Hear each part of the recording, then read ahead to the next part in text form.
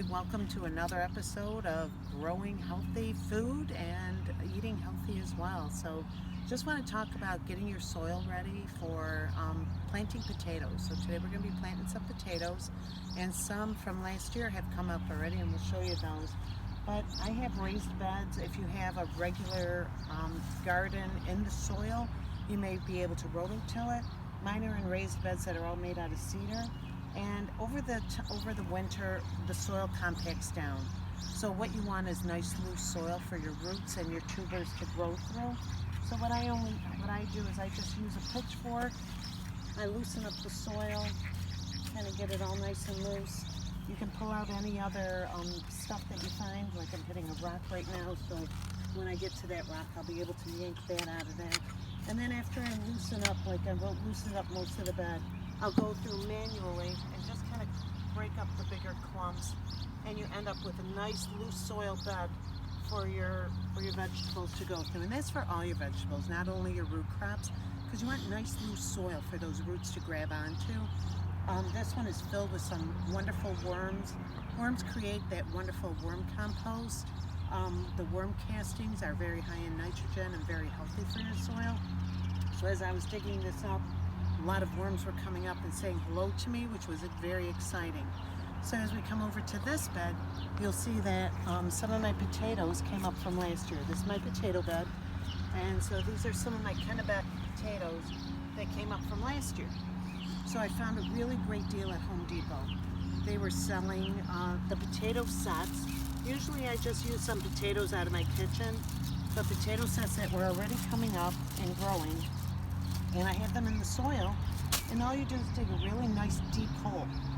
You dig them nice and deep, and as you can see inside over here, as they come up, you just add a little bit more soil to it until you finally get level with the rest of the planting bed. And that way everything is all tucked in really nice, and you'll end up with some beautiful plants just like these. I did my soil testing before I did all of this, and I was deficient in phosphorus as well as some potassium. So what I had to do is add some to the soil, and that will create a nice, beautiful potato for you. You'll have a fabulous crop. You'll get a greater crop because of it. I use all organic phosphate, which is your phosphorus, and potash, which is your potassium. And if you want to do potatoes that are in your cabinet, what I've done is just taken some potatoes out of my cabinet, and you have to look for the eyes on the potatoes. The eyes are those little dimples on there, and those will be that will be what grows from your plant, are these little eyes. So you can actually take a large potato, cut it in half, or wherever it is, as long as you have the eyes, and what you need to do is just let it dry out. Like this one's nice and dry. If you do it while it's wet and fresh, the potato will rot in the soil. You can see we're going to try doing this sweet potato, but we're not sure if that one's going to last or not. But the sweet potatoes are going to get planted today. Some of these potatoes that were in my cabinet that were not really doing that good. They were starting to get soft and yucky, so it was a good time to just plant them. And then this was a really great deal at Home Depot. $2, 8. These are red potatoes. These are going to get planted in that bed. We're going to have some amazing potatoes. Excuse me. Some benefits of potatoes. First of all, they're nightshade crops, just like tomatoes and eggplants. Calories for a potato, 322 calories. Sweet potatoes, about 360 for an average size sweet potato. Believe it or not, there's protein in potatoes. 2 grams of protein in a white potato, 1.6 grams in a sweet potato. Basically no fat in any potatoes, unless you eat them like we like to eat them, with butter, sour cream, and deliciousness in it. So why not? Mashed potatoes, sweet potatoes, fabulous. Carbs, only 17 grams in a potato. People think they're really, really high in carbs. It depends on how much you're eating. 17 grams of carbs isn't that much for something so healthy and natural. Magnesium, 23 milligrams. Phosphorus, 57 milligrams of phosphorus. Sodium, very low in sodium, 6 grams of sodium. So if you have any heart failure, if you have any water retention in your body. White potatoes are pretty good for you unless you're diabetic and you don't want to eat too many carbs. Although in a sweet potato, there are 55 milligrams of sodium as opposed to 6 in a white potato. So they both have their benefits. Vitamin C, 19.7 milligrams of vitamin C in your white potato.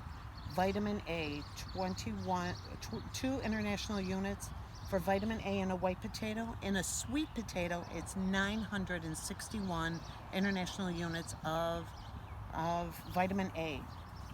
Beta carotene. Everybody talks about beta carotene, and in a sweet potato, there's 8,509 units of beta carotene in an average size sweet potato. And if you've ever bought potatoes and you see green on them, not like mold, but green coloring to the skin, it's not healthy for you. Avoid getting any potatoes that are green.